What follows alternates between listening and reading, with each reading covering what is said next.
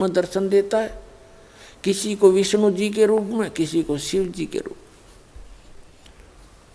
तो ऋषि महर्षि भूल से ये मान बैठे कि ये जो ब्रह्मा विष्णु महेश काल के पुत्र हैं यही भगवान हैं, ये अपने आप को छुपाए बैठे हैं। हमने साधना की, समाधि दशा में इन्हीं के दर्शन हुए, ये खुद मालिक है। तो ये एक अज्ञान धारणा हमारे हिंदू समाज में, सनातन धर्म में फैलगी, घर करेगी।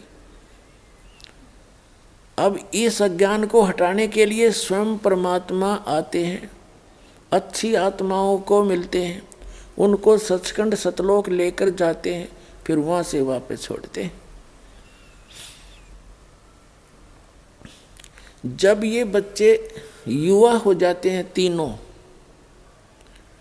उसके बाद ब्रह्मा जी को कमल के फूल पर रख देते हैं अपनी सिद्धि से, और विष्णु जी को शेष नाग की सैया पे, और शिव जी को कैलाश पर्वत पर।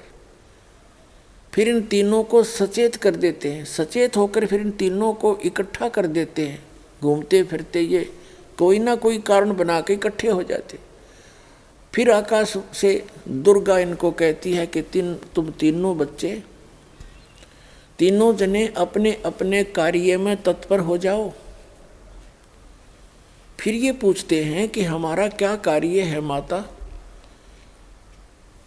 और हम यहाँ जहाँ हम खड़े हैं या तो सब जगह जल ही जल है, कोई पृथ्वी दिखाई नहीं देती है। फिर ये दुर्गा उस काल के आदेश से इनको सत्य नहीं बताती है और इनको ऐसे ही भ्रमित रखती है, क्योंकि इसने दुर्गा को प्रतिज्ञा दिला रखी है कि मेरी जानकारी किसी भी प्राणी को नहीं होनी चाहिए। और ये इसके डर के मारी सत्य नहीं बताती किसी को, और जिस कारण से उस सत्य को बताने के लिए स्वयं परमेश्वर को आना पड़ता है। ये झूठा लोग या झूठ जल्दी सफल होती है कुछ दिनों के लिए, और सत्य कोई कहने लगता है उसका विरोध इतना हो जाता है, वही जाने जिसके साथ हुआ बीता है।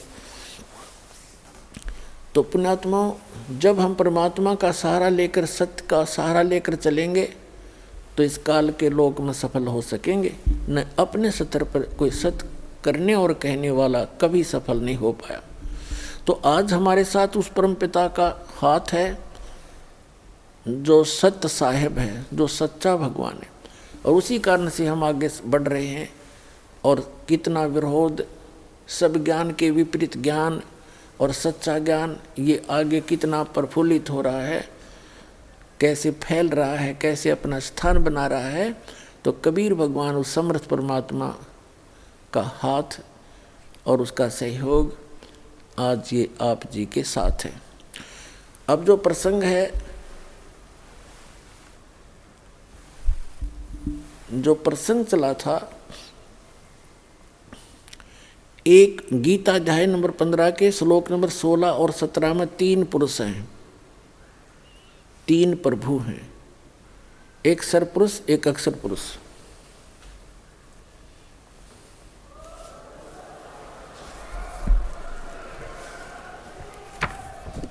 ये देखिएगा श्रीमद् भगवद गीता, और जयदयाल गोविंद का इसके अनुवादक है। ये देखिएगा अध्याय नंबर 15,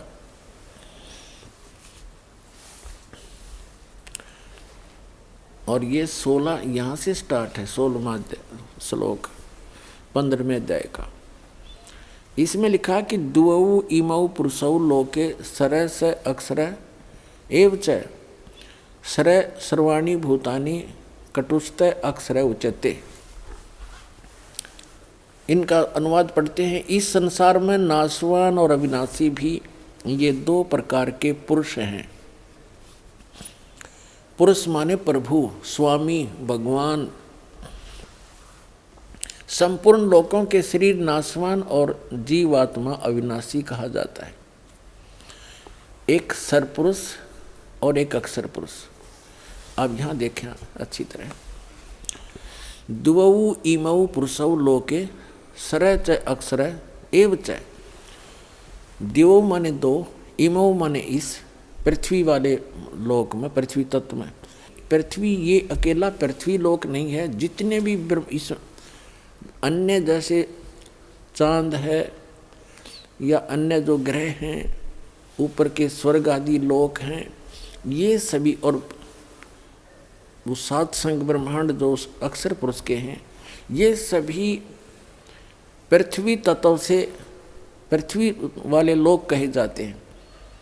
और ऊपर के जो सतलोक, अलखलोक, अगम लोक हैं, वो अविनाशी लोक है, ये नाशवान स्थल हैं सारे। तो यहाँ देखिएगा, दिवौ माने दो, इमौ माने इस पृथ्वी वाले लोकों में, पुरुषों माने पुरुष, लोके माने लोक में, सर च अक्षर, सर पुरुष, इस पुरुष को हम यहाँ दोनों के साथ लगा सकते हैं, सर पुरुष और अक्षर पुरुष। इस लोक में ये 2 प्रकार के भगवान हैं। इसी प्रकार इनके अंतर्गत जितने भी प्राणी हैं उनके शरीर नाशवान हैं और जीवात्मा अविनाशी कही जाती है। वो किसी की भी नहीं मरती, कि देखी बिना मरती। अब यहाँ आपने पढ़ लिया इनका अनुवाद, अब यहाँ पढ़ते हैं। 17वें श्लोक में कहा कि उत्तम पुरुष है तू अन्य।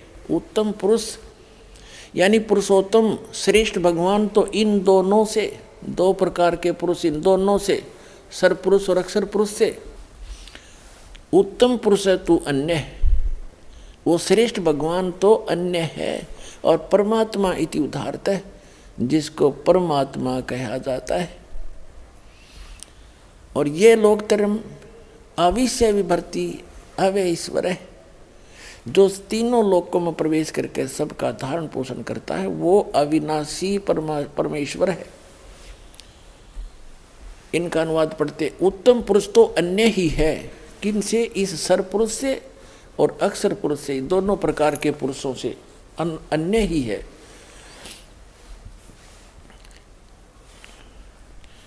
अन्य ही है जो तीनों लोकों में प्रवेश करके सबका धारण पोषण करता है।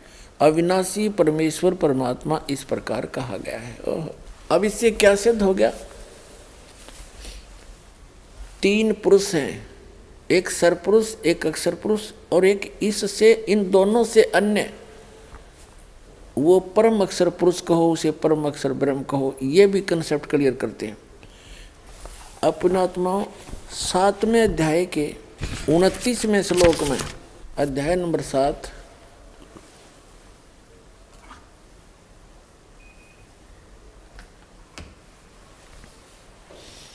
श्रीमद् भगवत गीता और 7वां अध्याय, और इसके श्लोक नंबर यहाँ से देखिएगा 29। यहाँ इसमें लिखा है कि जरा मरण मोक्षाय माम आश्रित यतन्ति ये ते ब्रह्म तत्विदु कृष्णम अध्यात्म कर्म च अखिलम। इसका अर्थ ये है कि माम आश्रित, गीता ज्ञानदाता कहता है, मेरे ज्ञान को आश्रय करके जो जरा और मरण के से छूटने के लिए, मोक्ष माने मोक्ष के लिए, जरा माने वृद्धावस्था, मरण माने मृत्यु से मुक्ति पाने के लिए जो ये तंत्र कर रहे हैं, ते वे ब्रह्म तत्विदु, ब्रह्म तत्विदु, ब्रह्म तत्व विदु, विदु माने जानते हैं तत्ब्रह्म को, कृष्णम अध्यात्म, सारे अध्यात्म, और कर्म च अखिलम, और संपूर्ण कर्मों से वे परिचित हैं, विदु हैं, जानने वाले हैं। इनका अनुवाद पढ़ते हैं। देखिए, जो मेरे शरण होकर, जरा माने वृद्ध अवस्था, इन्होंने गोलमोल कर दिया। जरा माने वृद्ध अवस्था और मरण माने मृत्यु से छूटने के लिए जो यत्न करते हैं, वे व्यक्ति, वे साधक तत् ब्रह्म, ये तत् ब्रह्म, उस ब्रह्म को, तत् ब्रह्म, उस ब्रह्म को और संपूर्ण अध्यात्म को तथा संपूर्ण कर्मों को जानते। आज सुबह के सत्संग में भी आपको यही दोहराया गया था कि जो व्यक्ति उस तत्ब्रह्म से परिचित हो गए और सारे अध्यात्म से, ज्ञान से, कंप्लीट स्पिरिचुअल नॉलेज से और सभी कर्मों से परिचित हो गए कि भाई आज हम किसी की आत्मा दुखाते हैं या किसी से चोरी करके, कोई ठगी करके अपना कोई पैसा इकट्ठा करते हैं, तो वो हमें भोगना पड़ेगा उसका जो प्रतिफल है, और देना पड़ेगा उसको किसी अन्य रूप में, कोई कुत्ता गधा बनकर उसका भार ढोकर, रखवाली करके, बैल बनकर, खच्चर बनकर, या किसी अन्य कारणों से वो वापस देना पड़ेगा। तो तब वो व्यक्ति केवल जरा और मरण से छूटने का प्रयत्न वही करते हैं जो तत्ब्रह्म से परिचित हैं, सारे अध्यात्म से, सभी कर्मों से परिचित है। 8वें अध्याय के प्रथम श्लोक में ही अर्जुन ने पूछा, ये अष्टमोद, यहाँ तो हमने 29वां पढ़ लिया, और यहाँ सामने ही 8वां अध्याय है। इसके प्रथम मंत्र में अर्जुन ने पूछा, किम तत्ब्रह्म, पुरुषोत्तम, हे पुरुषोत्तम वह ब्रह्म क्या है, तत्ब्रह्म क्या है, तत्ब्रह्म किम, वह ब्रह्म क्या है, तत्ब्रह्म क्या है। इसका उत्तर इस गीता ज्ञानदाता ने इस 8वें अध्याय के ही 8वें अध्याय के और ये मंत्र नंबर 3 में कहा है। वो परम अक्षर ब्रह्म है, परम अक्षरम ब्रह्मम परमम, परम अक्षर ब्रह्म है। तो गीता अध्याय नंबर 15 के श्लोक नंबर 17 में जो कहा है वो परम अक्षर ब्रह्म कहो, उसे परम अक्षर पुरुष कहो। उत्तम पुरुष है तू अन्य परमात्मा इति उदाहरते, ये लोक चरम आविश्य विभर्ति अव्यय ईश्वर है। वो उत्तम पुरुष है तू अन्य, वो सरपुरुष और अक्षर पुरुष से अन्य जो है वो परम अक्षर पुरुष है, गीता ज्ञानदाता से अन्य है। अब क्या बताया 8वें अध्याय के 13वें श्लोक में गीता ज्ञानदाता कहता है, देखिएगा ये 13वां श्लोक है 8वें अध्याय का। ओम इति एकाक्षरम ब्रह्म व्यवहारण माम अनुसमरण ये प्रियाति तजंदेहम स याति परमाम गतिम। माम ब्रह्म, मुझ ब्रह्म का, ओम इति एकाक्षरम, ओम यह एक अक्षर है, और उच्चारण करके सिमरण करता हुआ, ये प्रियाति तजंदेहम जो शरीर छोड़कर जाते समय तक जाता है, शरीर छोड़कर जाता है, इसका ओम नाम का सिमरण करता हुआ, स याति परमाम गतिम, वह है ओम से मिलने वाली परम गति को प्राप्त होता है। सब इंद्रियों, ये तो इस बार 13वां ने इकट्ठा कर दिया, इसके साथ 12वें के साथ इसको जोड़ने की आवश्यकता नहीं। 13वां यहाँ से शुरू होता है। जो पुरुष ओम ओम इस एक अक्षर रूप ब्रह्म को उच्चारण करता हुआ, मां मुझ निर्गुण ब्रह्म का चिंतन करता हुआ शरीर को त्याग कर जाता है, वह पुरुष परम गति को प्राप्त होता। इस इन्होंने अनुवाद ठीक नहीं किया। ओम के जाप से कौन सी गति होती है, ब्रह्म लोक प्राप्त होता है। पुण्यात्मा, आप जी देखते हो कि जैसे आपके बच्चे हैं या आप भी पढ़े हो, हम भी पढ़े हैं, तो माता पिता ने हमारे को फ्री छोड़ दिया था कि बेटा और बेटियों तुम पढ़ो। किस लिए? उनको इतना ज्ञान हुआ था कि मेरे बच्चे पढ़कर अच्छे अधिकारी कर्मचारी लग जाएंगे और इनका जीवन सफल हो जाएगा। तो उसके लिए किसी ने 18, किसी ने 16 वर्ष, किसी ने 20 वर्ष ट्रेनिंग करके, किसी ने 12 वर्ष, किसी ने 10 वर्ष, यानी कंप्लीट समर्पित होकर के वो शिक्षा ग्रहण की। और किस लिए की? 2 टाइम की रोटी के लिए और कार और कोठी के लिए।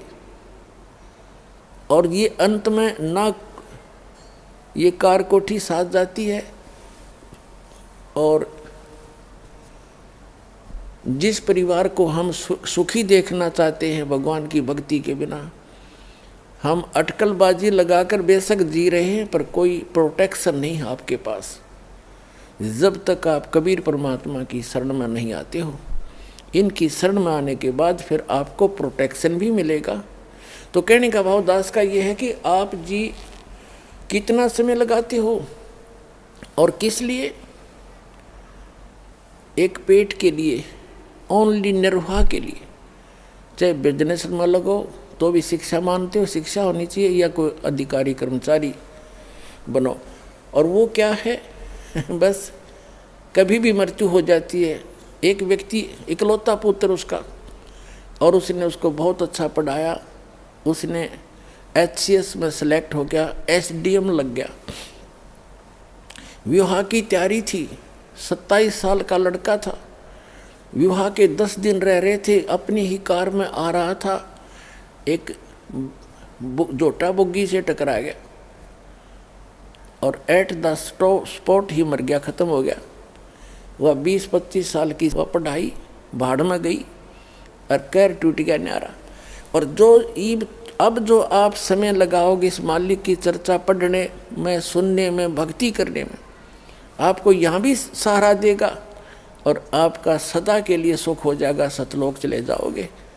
आपको वो स्थान मिलेगा जैसे कि आप यहाँ शिक्षा ग्रहण करके एक छोटा सा रोजगार चाहते हो, अच्छी कोठी हो जा, गाड़ी हो जा, मस्ती मारे कितनी, और उस मस्ती का पता नहीं सेकंड के बाद क्या हो जाए। उसकी तरफ परमात्मा आपको डाइवर्ट करना चाहता है, क्योंकि अब आप शिक्षित हो गए। हमारे सदग्रंथ हमारे पास है। अब जो निर्णय करने दास जा रहा है, भावदास का कहने का ये है कि आप जी इसमें समय बढ़ाओ भगवान की तरफ, और इसके साथ आपके अन्य काम भी सफल होंगे, आपकी शिक्षा भी सफल होगी, आपकी रोजी रोटी का काम भी, कार्य भी जो है वो परमात्मा ही सफल करेगा। अब देखो, राजा भी जब अपने कर्तव्य से, अपने प्रयत्न से थक जाता है तो परमात्मा से अरदास करने जाता कहीं ना कहीं, और वो परमात्मा आपके साथ रहेगा तो 2 रोटी का तो झगड़ा आपका कति खत्म हो जाएगा। आपको ज़बरदस्ती देगा और पता नहीं कित का दे देगा, पर आपने थोड़ा सा समय भगवान की तरफ लगाना पड़ेगा। अब जो आपको कंसेप्ट क्लियर करना जा रहा है कि गीता अध्याय नंबर 8 के श्लोक नंबर 13 में कहा है, ओम इति एकाक्षरम ब्रह्म व्यवहारण माम अनुस्मरण ये परियाति तजंदेहम स याति परमाम गतिम। मुझ ब्रह्म का एक ओम अक्षर है, उच्चारण करके सिमरण करता हुआ ये परियाति तजंदेहम, दो शरीर त्याग कर जाता है, स याति परमाम गतिम, वो ओम से मिलने वाली परम गति को प्राप्त होता है। इसमें ओम अक्षर ही है। तो अब गीता श्रीमद् देवी भागवत यानी देवी पुराण में देवी कंसेप्ट क्लियर करेगी, हिमालय राजा को ज्ञान देते हुए, ब्रह्म का स्वरूप बताते हुए कैसे निर्णय दे रही है। सुनिएगा, पढ़िएगा। ये है श्रीमद् देवी भागवत, गीता प्रेस गोरखपुर से प्रकाशित है।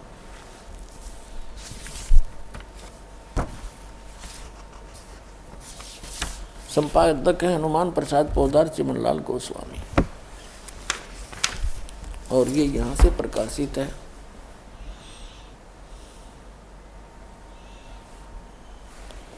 अब हम इसके 562 पृष्ठ पर आते हैं। तीसरा स्कंद है, ये 7वां स्कंद है।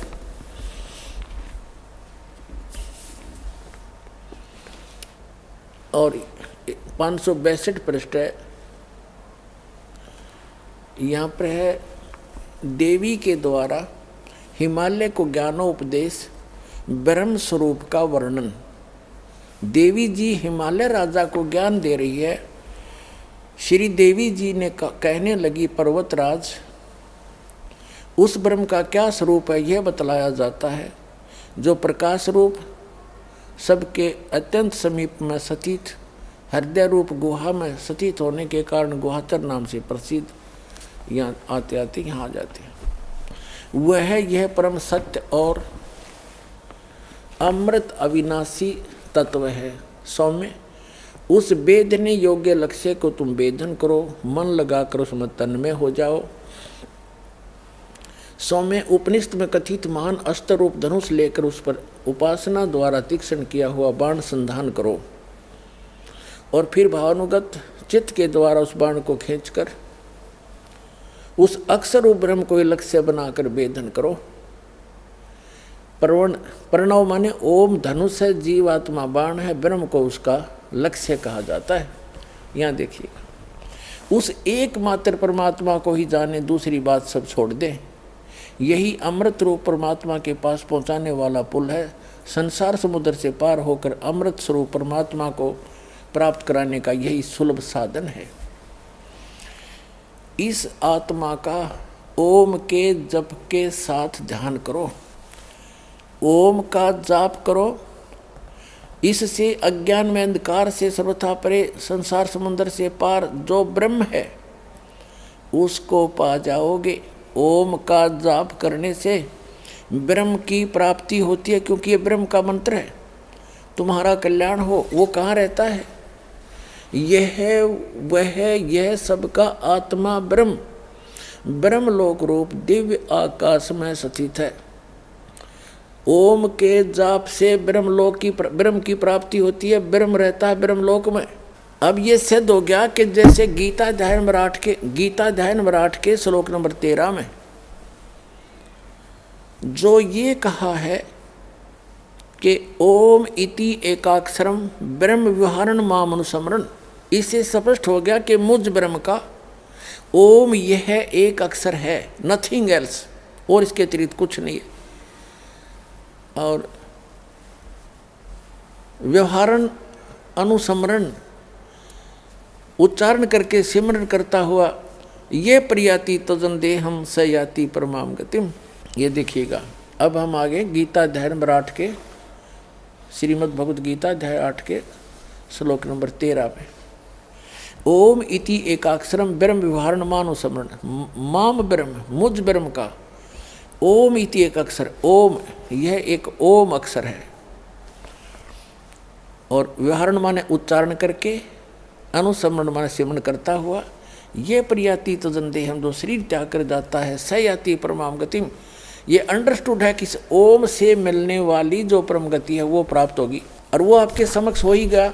श्रीमद् देवी भागवत में श्री देवी जी ने हिमालय को बता ही दिया, ओम नाम का जाप करो, ब्रह्म को पाने का उद्देश्य रखो, उससे पा जाओगे, वो ब्रह्मलोक में रहता है।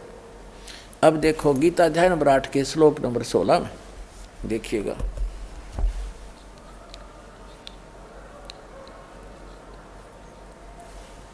अध्याय नंबर 8 के श्रीमद् भगवद गीता अध्याय नंबर 8 के श्लोक नंबर 16 में, हे अर्जुन, ब्रह्मलोक पर्यंत सब लोग पुनरावृत्ति में हैं।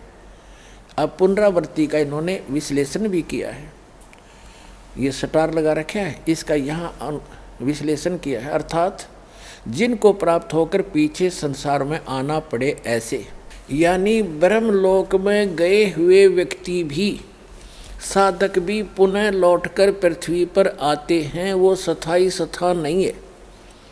इन्होंने आगे थोड़ी सी गड़बड़ी कर रखी है, देखिएगा इसी में 16वें श्लोक में, हे अर्जुन, ब्रह्मलोक पर्यंत सब लोग पुनरावृत्ति में हैं, परंतु हे कुंती पुत्र, मुझको प्राप्त होकर पुनर्जन्म नहीं होता। अब ये बात इन अनुवादकर्ताओं ने गलती की है। यदि इसको सत्य माने,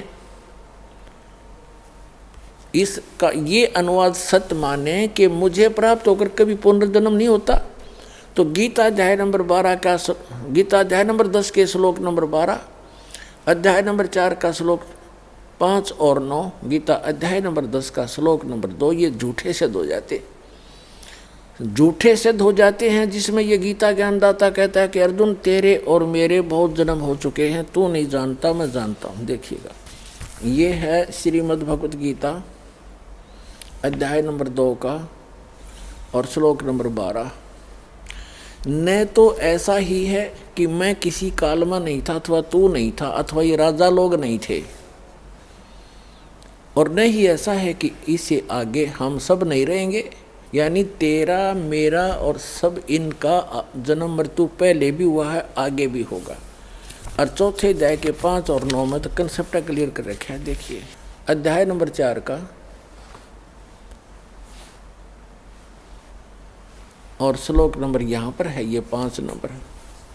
यहाँ से शुरू होता है, बहुनानी में वित्तानी वित्तानी जन्मानी तव च अर्जुन तानी अहम वेद सर्वाणी न तोम वेथम वेतथ परंतम। इसका अर्थ यहाँ पर है, हे परंतम अर्जुन, मेरे और तेरे बहुत से जन्म हो चुके हैं, उन सबको तू नहीं जानता, मैं जानता हूँ। ठीक है। अब फिर 9वें में देखो,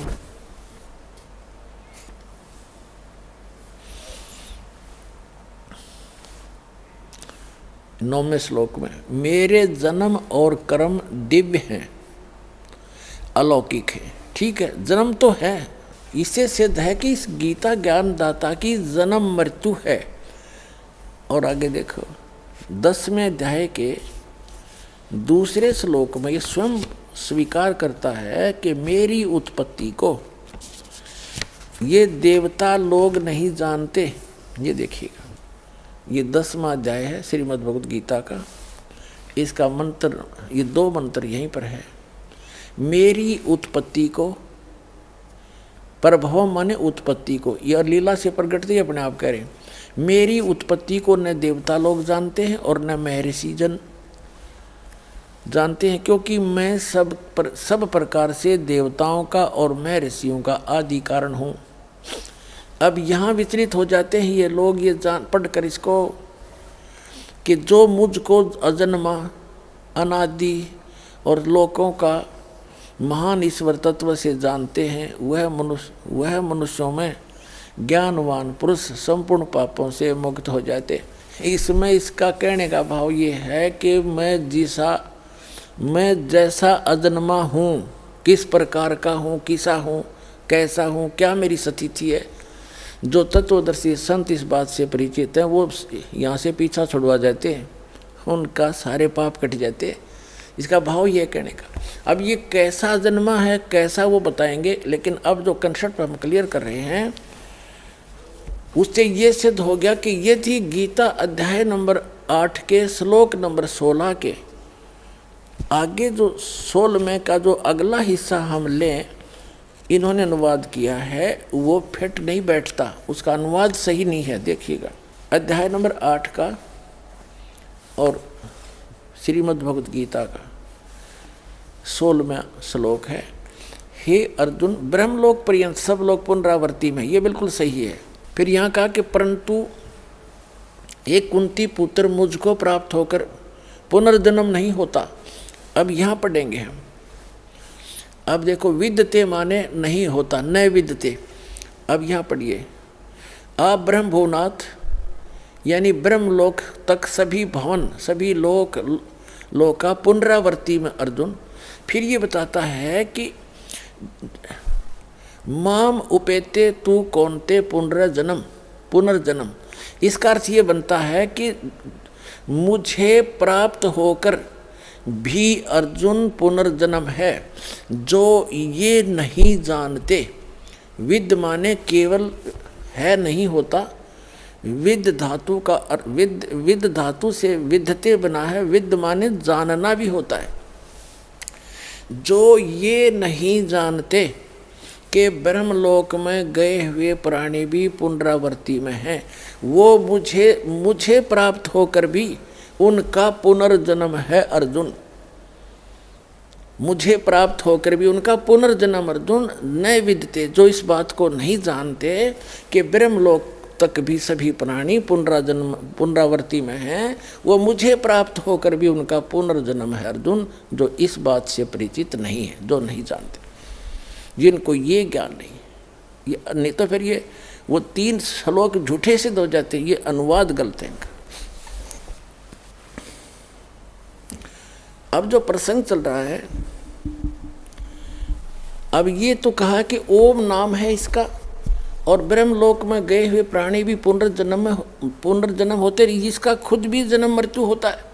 इसलिए गीता अध्याय नंबर 15 के श्लोक नंबर 16 में इसको सरपुरुष का है। सर माने नासवान, पुरुष माने ब्रह्म, प्रभु, स्वामी, ये नासवान है। और इसके अंतर्गत जितने प्राणी हैं, चाहे ब्रह्मा विष्णु महेश जितने भी, सब नासवान है। और इसकी खुद भी जन्म मृत्यु होती है। इसके कर्म और जन्म कैसे अलौकिक हैं। अब जो प्रसंग क्लियर करने जा रहा है दास, कि ये ब्रह्म केवल 21 ब्रह्मांड का स्वामी है, 21 ब्रह्मांड का, और ये स्वयं नासवान है। ब्रह्मांड आपको दिखा दिए, देखिएगा, ये एक ब्रह्मांड है, ये एक ब्रह्मांड है ये सारा। इसमें जो ये स्थान है अलग से,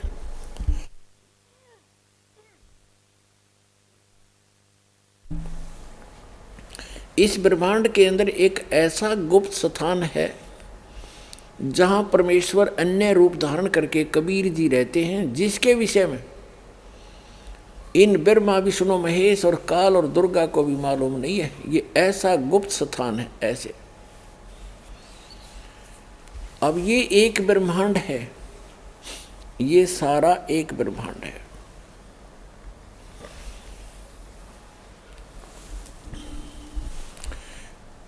ये एक ब्रह्मांड है। ऐसे ऐसे इस काल भगवान के 21 ब्रह्मांड है, सरपुरुष के, ज्योत निरंजन के। ये जो पूरा ब्रह्मांड आपने देखा, अब ये समझो एक गेंद है ये, और इसे ऐसे ऐसे 5 ब्रह्मांडों का इसने एक ग्रुप बनाकर महाब्रह्मांड बना रखे, और ऐसे ऐसे 4 महाब्रह्मांडों में 20 ब्रह्मांड रोक रखे हैं। इसकी अतिरिक्त 21वां जो ब्रह्मांड है उसने यहाँ बनाया अलग से। ये वैसे समझाने के लिए, लिखने के लिए स्थान लेना पड़ा, नहीं तो ये इसी आकार के है, यूँ समझो सारा ही ऐसा आकार है इसका। और यहाँ एक तपतशिला है, ये 11वां द्वार है, ये 11वां द्वार है जो 21 ब्रह्मांड से पार कराएगा, जो परब्रह्म के लोक में पहुंचती है। ये भी एक भंवर गुफा, ऐसे गोल आकार के हैं, ये आगे जाते हैं। ये काल का निज लोक है, यहाँ स्वयं रहता है, इस रास्ते को रोके बैठा है, यहाँ विराजमान रहता है, ये अन्य रूप धारण करके।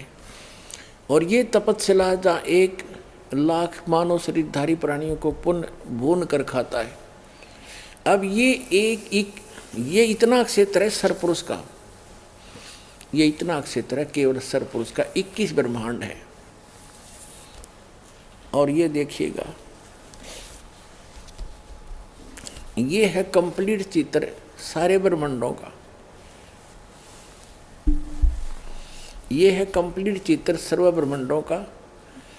ये देखिएगा। अब हम यहाँ आते हैं, जैसे अभी आपने जो ये देखा था 21 ब्रह्मांड, जो काल का पूरा क्षेत्र देखा था, ये सरपुरुष का क्षेत्र है, ये वाला। और ये अक्षर पुरुष का है, ये इससे बाहर ये वाला। ये 7 शंख ब्रह्मांड हैं, ऐसे ऐसे 7 शंख ब्रह्मांड है। ये इतना क्षेत्र है, इतना। ये सरपुरुष और ये अक्षर पुरुष कहलाता है। इसको ब्रह्म, इसको परब्रह्म भी कहते हैं। और ये है परम अक्षर ब्रह्म, असंख्य ब्रह्मांड का स्वामी, जो इनके ऊपर भी मालिक है, इसके ऊपर भी मालिक है, सरपुरुष पे भी प्रभु है, अक्षर पुरुष के ऊपर भी मालिक है। ये है असंख्य ब्रह्मांड का स्वामी। ये सतलोक है, ये सतलोक, सत्यलोक कहो, सतलोक कहो, ये सारा कुछ। और इसके अतिरिक्त ये ब्रह्मांड हैं, यहाँ पर आप रहा करते थे। ये जितने ब्रह्मांड हैं, ये इससे भी बड़े बड़े ब्रह्मांड हैं, ये जितने अलग अलग ये दिखाई देते। यहाँ आपके मकान हैं, आपके महल हैं, इनके अंदर बहुत बड़े बड़े सबके। तो इन सब का मालिक ये है कबीर साहब सतपुरुष, ये परम स्थान परमात्मा का। ये 12वां द्वार है, ये 11वां द्वार। 10वां द्वार तो एक ब्रह्मांड में ही रह लेता है। 11वां द्वार ये यहाँ जाता है पर ब्रह्म के लोक में, यहाँ प्रवेश होता है, ये यहाँ निकलता है इसमें अक्षर पुरुष के लोक में। और ये 12वां द्वार है जिससे हम सतलोक में प्रवेश करेंगे। ये 11वां द्वार है जो परब्रह्म के लोक में प्रवेश किया। ये 12वां द्वार है जो परम अक्षर ब्रह्म के लोक में यानी सतलोक में सतपुरुष में के लोक में प्रवेश करेंगे।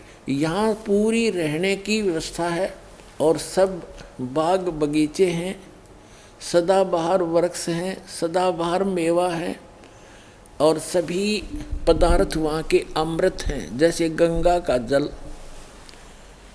आप देख रहे हो, ऐसे लोक में भी खराब नहीं होता। तो 100 वर्ष रख लो उस गंगा के जल को पवित्र किसी शुद्ध बोतल में, शुद्ध पात्र के अंदर। तो ये सतलोक से चलकर आई है गंगा का वाटर, ये जल। एक परमात्मा ने एक सैंपल भेज रखा है सतलोक के पदार्थों का।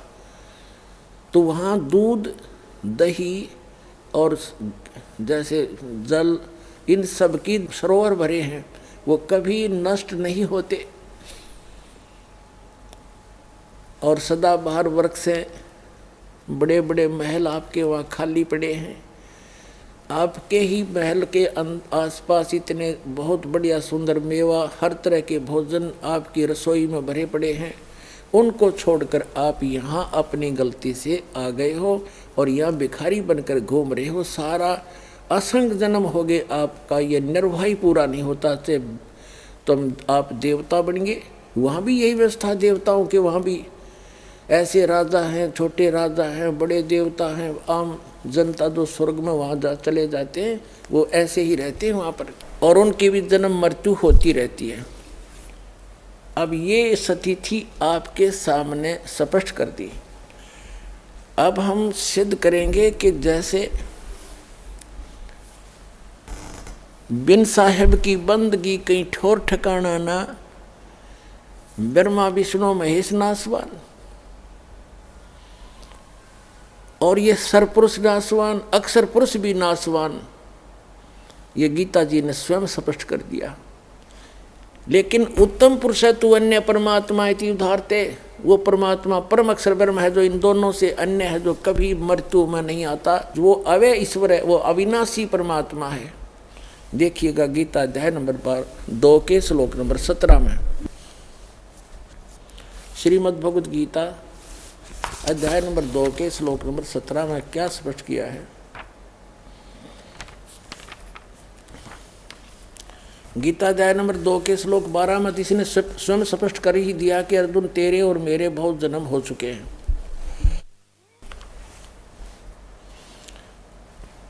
इसमें स्पष्ट कर दिया कि न तो ऐसा है कि मैं किसी काल में नहीं था अथवा तू नहीं था, ये राजा लोग नहीं थे,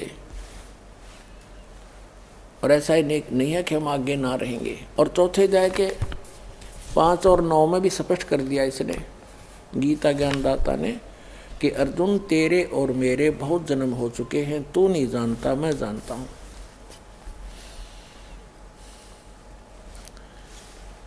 ये 5वां है, हे परंतम अर्जुन मेरे और तेरे बहुत जन्म हो चुके हैं, उन सबको तू नहीं जानता मैं जानता हूँ। और 9 में भी ऐसे कहा है, 4 के 9 में, मेरे जन्म और कर्म दिव्य हैं, ये याद रखना, जन्म और कर्म दिव्य हैं। अध्याय नंबर 2 के श्लोक नंबर 17 में किसी अन्य परमात्मा के विषय में कहा है, श्रीमद् भगवद गीता के, इसमें कहा है कि अब नाश रहित तो उसको जान जिससे ये संपूर्ण जगत व्याप्त है, इस अविनाशी का विनाश करने में कोई भी समर्थ नहीं है। अब इससे क्या सिद्ध हो गया कि गीता ज्ञानदाता से कोई और है, और जिसने सारे ब्रह्मांड को रचना की है वो है अविनाशी, जिसको कोई नहीं मार सकता। अब श्रीमद् भगवद गीता अध्याय नंबर 15 के श्लोक नंबर 1 से 4 का सारांश है कि उल्टा लटका हुआ संसार रूपी वृक्ष है, ऊर्ध्व मूलम अधः शाखम अश्वत्थम प्राहु अव्यम छंदासी यस्य पर्णानि ये तम वेद स वेदवित्। 15वें अध्याय के प्रथम मंत्र में ये मूल पाठ है। उसका अर्थ ये है कि ऊपर को जड़, वो तो पूर्ण परमात्मा समझो, संसार रूपी एक वृक्ष समझो, पीपल का वृक्ष, जिसकी ऊपर को जड़ हो और नीचे को तीनों गुण रूपी शाखा हो, नीचे को शाखा हो, और जो संत इसके सभी छंद सभी विभागों को अलग अलग भिन्न भिन्न बता देगा, स वेदवित। ये देखिएगा, ये पूरा संसार रूपी वृक्ष समझो। ऊर्ध्व मूलम अधः शाखम। गीता ज्ञानदाता ने केवल इतना संकेत दिया है, ऊर्ध्व मूलम अधः शाखम। अश्वत्थम प्राहु अव्यम। अश्वत्थम माने ये पीपल का वृक्ष जानो, एक संसार रूपी वृक्ष जिसकी ऊपर को जड़ है और नीचे को तीनों, नीचे को शाखा है। और छंदासी यस्य पर्णानि, जिसके सभी विभाग पत्ते आदि को ये तम वेद, जो जानता है उस अज्ञान अंधकार में छुपे हुए को। स वेदवित, वो तत्वदर्शी संत है, वह वेद के तात्पर्य को जानने वाला। तत्वदर्शी संत की पहचान भी बताई है। अब देखो तो पुण्यात्माओं, जैसा कि आपको बहुत बार बताया है, समझाया है, दिखाया भी है कि ऋग्वेद मंडल नंबर 9 सूक्त नंबर 86 86, मंत्र नंबर 26 और 27 में, ऋग्वेद मंडल नंबर 9 सूक्त 82 मंत्र 1 2 3 में, ऋग्वेद मंडल नंबर 9 सूक्त 54 यानी 54 के मंत्र नंबर 3 में, ऋग्वेद मंडल नंबर 9 सूक्त 20 मंत्र 1 में, ऋग्वेद मंडल नंबर 9 सूक्त 94 यानी 94 के मंत्र 1 में, ऋग्वेद मंडल नंबर 9 सूक्त 95 के 95 के मंत्र 2 में, ऋग्वेद मंडल नंबर 9 सूक्त 96 यानी 96 के मंत्र 16 से लेकर 20 तक। ये कंसेप्ट ये स्पष्ट किया हुआ है कि वो परमात्मा जो पूर्ण ब्रह्म है, सारी ब्रह्मांडों का रचनहार, वो ऊपर की लोकों में रहता है। भुवनो ऊपरी तिष्ठति, सब लोकों के ऊपर बैठा है और वहाँ से गति करके आता है, अच्छी आत्माओं को मिलता है और उनको ज्ञान से उपदेश देने के उद्देश्य से आता है और अपने अध्यात्म ज्ञान को, कंप्लीट स्पिरिचुअल नॉलेज को वो स्वयं ही बताता है। और वो एक कवियों की तरह आचरण करता है, लोकोक्तियों के माध्यम से, कविताओं के माध्यम से, कविताओं से वो ज्ञान प्रचार करता है, यानी पद्य भाग में। और जिस कारण से वो एक प्रसिद्ध कवियों में से भी एक प्रसिद्ध कवि की भी पदवी प्राप्त करता है, लेकिन वो स्वयं खुदा होता है, खुद अल्लाह होता है, खुद भगवान होता है। वो सारी सृष्टि का रचनहार होता है। अपने द्वारा रची हुई सृष्टि को ठीक ठीक वो स्वयं ही आकर बताता है।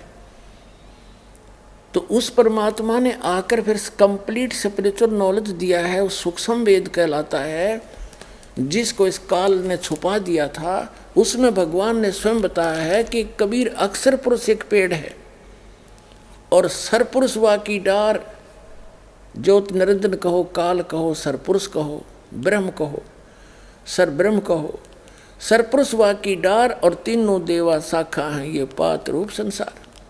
उस परमेश्वर ने ये अध्यात्म ज्ञान, ये तत्व ज्ञान स्वयं आया बताया और वो एक तत्वदर्शी संत की भूमिका भी करते हैं, एक अच्छे दास की भूमिका भी करके हमें दिखा के जाते हैं। भाई यहाँ के इस झूठे यश की, इस झूठी महिमा के लालच में अपना जीवन नाश मत करना, लोक लाज से बचकर रहना। जैसे कोई कितना ही अच्छा राजनेता हुआ है या कोई अच्छा कोई राजा हुआ है, उसने अच्छे नेक काम किए, क्योंकि अच्छे आदमी का स्वभाव अच्छा ही होता है। वो पूर्व जन्म के संस्कार होते हैं, पूर्व जन्म के संस्कारों से वो राजा बनता है या कोई अच्छा राजनेता बनता है, धर्म नेता बन जाता है। और आगे सतभक्ति ना करने से वो स्वयं तो कौवा बन गया और पीछे से उसके द्वारा किए गए विकास के कार्यों के कारण उसकी एक स्टैचू बना दी, मूर्ति बना दी। एक वर्ष में एक दिन उसका पानी पात मार कर, धो धा कर, धूप धाप दे कर, माला डालावें वो उसकी पार्टी वाले, और वो कौवा बन कर उसी का ऊपर बैठ कर माथे में बीट करने लग रहा हो माने। तो ये बताया है, मन तू सुख के सागर बसरे और ना ऐसा यसरे। उस सतलोक में चल भाई, इससे बढ़िया तेरा और कोई यश नहीं, कोई महिमा नहीं। यहाँ की फोकट महिमा है। आज राजा है, कल गधा बन जाएगा, बता के महिमा हुई यहाँ की। तो इस लोक लाज से हटकर साधु संत अपने परमात्मा के ज्ञान के आधार से अपना जीवन निर्वाह किया करते हैं, अपनी मर्यादा में चलते हैं और अपनी भक्ति को बचा कर रखते हैं। तो उस परमात्मा ने स्वयं एक अच्छे दास की भूमिका, अच्छे नागरिक की भूमिका, अपना काम करके खाना, कर्तव्य, नेक काम करना, साथ में भगवान की भक्ति भी करके दिखाई। और भगवान तो वो थे ही थे, सारे ब्रह्मांड चला रहे थे बनारस में बैठकर। तो उन्होंने बताया है कि अक्षर पुरुष एक पेड़ है, सरपुरुष वाकी डार और तीनों देवा शाखा है, ये पांच रूप संसार। अब जड़ कौन है, वो इस दास को भेजा है वो मूल बताने के लिए। एक मूल कौन है ये देखिए, ये ऊर्ध्व मूलम अधः शाखम। ऊर्ध्व माने ऊपर को, मूल माने जड़ और नीचे को शाखा वाला। ये गीता ज्ञान दाता ने सिर्फ इतना बताया है। और छंदासी यस्य प्रणानी, जिसके ये छंद माने विभाग, जड़, तना, डार, ये शाखा और पत्ते, इन सब को जो बतावेगा स वेदवित। ये देखिएगा श्रीमद् भगवत गीता अध्याय नंबर 15 का श्लोक नंबर 1 में देखिएगा। ये पंच 10वां अध्याय 15वां। ऊर्ध्व मूलम अधः शाखम अश्वत्थम प्राहु अव्यम छंदासी यस्य प्रणानी ये तम वेद स वेदवित। इनका उदाहरण, इनका अनुवाद पढ़ो, कितना अड़ंगा है इसमें। ऊर्ध्व मूलम, आदि पुरुष परमेश्वर मूल वाले, ये बिल्कुल सही कहा है इन्होंने। ये वैसे इसका अर्थ है ऊपर को जड़ वाला। इन्होंने कहा कि आदि पुरुष परमेश्वर ये मूल है, जड़ है। अरे इन्होंने क्या कहा, आदि पुरुष नारायण वासुदेव भागवत ही भगवान ही नित्य और अनंत और सबके आधार होने के कारण सबसे ऊपर नित्य धाम में सगुण से वास करने के कारण ऊर्ध्व नाम से वो कहे गए हैं। इस तरह के जो भैया ये कृष्ण के बांध रहे थे सारा सेरा। आज ये है आदि पुरुष परमेश्वर, ये बिल्कुल ठीक है। ये आदि पुरुष परमेश्वर कौन है, ये श्री कृष्ण नहीं है। यहाँ भूल लग रही थी इनको, ये श्री कृष्ण जी को मान रहे थे कि ये आदि पुरुष परमेश्वर है। नहीं, यहाँ गलती लगी हुई थी, पूरे विश्व के लगी हुई थी। ऊर्ध्व मूलम, ऊपर को जड़ वाला, और अधः शाखम, यह भी गलत कर रखा है उन्होंने। ब्रह्मा रूप मुख्य शाखा वाले अधः शाखम, ये गलत कर रखा है। देखो श्लोक नंबर 2 में, इसी 15वें अध्याय के, इसमें 2 बार अधः शब्द है, अधः। और इनका इन्होंने अनुवाद सही किया है, जहाँ ये विचलित नहीं हुए। अधः माने नीचे, अधः माने नीचे, बिल्कुल ठीक है। और ऊर्ध्व माने ऊपर, ऊर्ध्वम ऊपर। ये ऊर्ध्व मूलम। अब फिर आगे हम प्रथम मंत्र में, ऊर्ध्व मूलम अधः शाखम, ऊपर को जड़ वाला और नीचे को शाखा वाला, ये गलत कर रखा है। संसार रूपी पीपल का वृक्ष, पीपल के वृक्ष को अविनाशी कहते हैं। वेद नहीं, छंदासी, छंद माने विभाग होते हैं। केवल एक शब्द के एक ही अर्थ नहीं होते, विभाग, पत्ते आदि जिसके विभाग कहे गए हैं।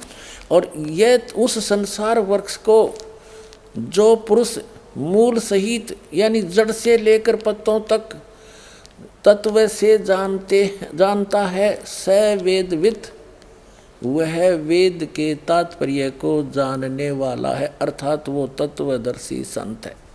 इससे हमने इतना सिद्ध करना था कि जो इन इस संसार रूपी वृक्ष के सभी विभागों को जड़ से लेकर पत्तों तक जानता है, स वेदवित, वो तत्वदर्शी संत है।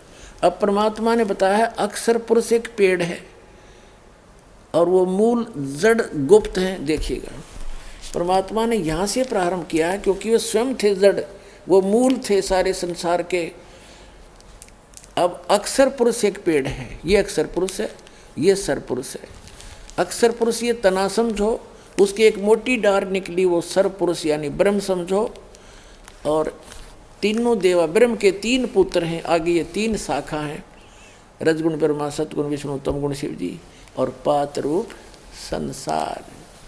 अब ये जड़ कौन है, ये दास बताएगा। ये परम अक्षर ब्रह्म है, सारी सृष्टि के रचनहार पूर्ण ब्रह्म परमेश्वर है। ये देखिएगा, अब ये राज खुलेगा आपके सामने। ये कबीर देव है, अनंत कोट ब्रह्मांड का एक रति नहीं भार, और ये सतगुरु पुरुष कबीर हैं, कुल के सिरजनहार। अब गीता अध्याय नंबर 15 के श्लोक नंबर 3 में क्या कहा है, 2 और 3 में क्या कहा है, ये देखिएगा।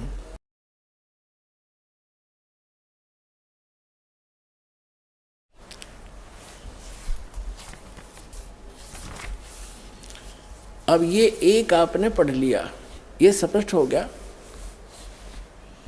ये आपने पढ़ लिया सारा।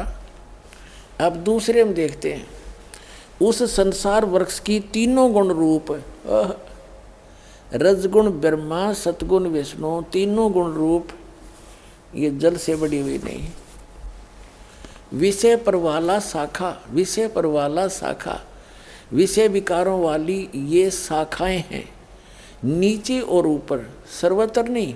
देखो अब हम फिर इसका सहयोग लेंगे। ये पृथ्वी लोक पर ज्ञान बोला जा रहा था, ये देखिएगा, ये पृथ्वी लोक पर ज्ञान बोला जा रहा था, ये पृथ्वी लोक है। और पृथ्वी लोक, ये 3 लोकों के ऊपर ब्रह्मा जी, विष्णु जी और शिव जी, विष्णु जी, ब्रह्मा जी और शिव जी का आधिपत्य है। पृथ्वी लोक, इस पाताल लोक और स्वर्ग लोक पर। तो यहाँ ये बोला जा रहा था ज्ञान पृथ्वी पर, ये कहते हैं ऊपर स्वर्गलोक तक और नीचे पाताल तक। ऊपर और नीचे केवल इन स्थानों पर इन तीनों की रेंज है, इन तीनों लोकों के ऊपर इनका आधिपत्य है, और एक एक विभाग के ये मंत्री हैं, इतना समझो। ऊपर और नीचे, सर्वत्र नहीं। मूल पाठ में भी सर्वत्र नहीं है। अब देखिएगा, श्रीमद् भगवत गीता अध्याय नंबर 15 का हम मंत्र नंबर 2 पढ़ रहे हैं।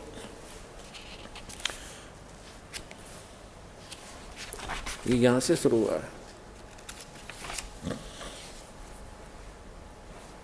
अध्याय नंबर 15 का श्लोक नंबर 2, उस संसार वृक्ष की तीनों गुण रूप, रजगुण ब्रह्मा जी, सतगुण विष्णु जी, तमगुण शिव जी। पहले ये क्लियर करते हैं। ये देखिएगा, मार्कंडेय पुराण आपको दिखाते हैं। ये मार्कंडेय पुराण है और गीता प्रेस गोरखपुर से प्रकाशित है।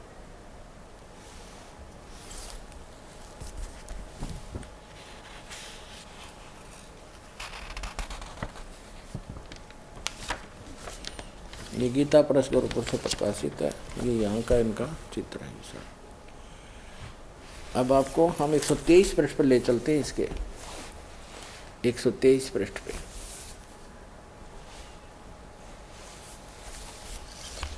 संक्षिप्त मार्कंडेय पुराण, या मार्कंडेय जी बोल रहे हैं।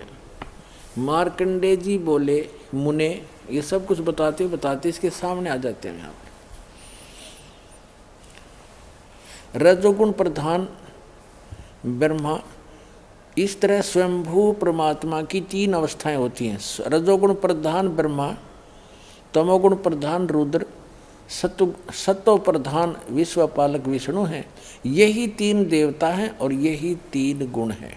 अब ये स्पष्ट हो गया कि रजगुण ब्रह्मा, सतगुण विष्णु, तमगुण शिव जी, इन 3 देवता कह लो और चाहे 3 गुण कहो। इससे बढ़िया कंसेप्ट जो मार्कंडेय पुराण में है शायद ही कहीं होगा। एक और दिखाते, यह है श्रीमद् देवी भागवत यानी देवी पुराण हिंदी टीका सहित। ये खेमरा श्री कृष्ण दास प्रकाशन मुंबई से प्रकाशित है।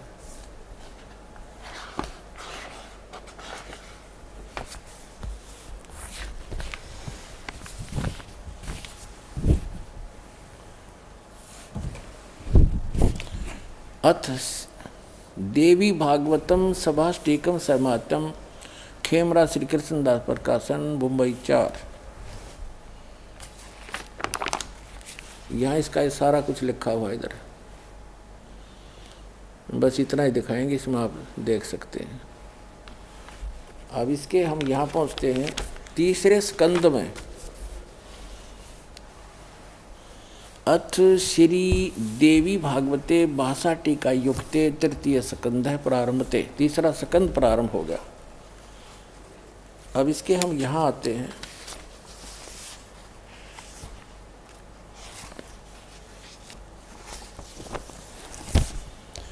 भगवान, ये है अध्याय 11, प्रश्न नंबर 11 और भाषा टीका तृतीय स्कंद अध्याय 5 में। यहाँ 8वां श्लोक है। भगवान शंकर के अपनी माता दुर्गा की महिमा सुनाते हैं। हे माता, यदि हमारे ऊपर सदा आप दया युक्त हो तो हमको तमोगुण में किस प्रकार प्रदान किया, और ब्रह्मा रजोगुण और हरि यानी विष्णु को सतोगुण युक्त किए, क्यों युक्त किए। अब ये बीच में संस्कृत आ जाती। अब हम संस्कृत पढ़ेंगे। ये 7वां श्लोक समाप्त हुआ, 8वां प्रारंभ होता है। यदि दा धर्मनान सदाम्बिके कथम अहम विहित च तमोगुण, मुझे तमोगुण क्यों बना दिया।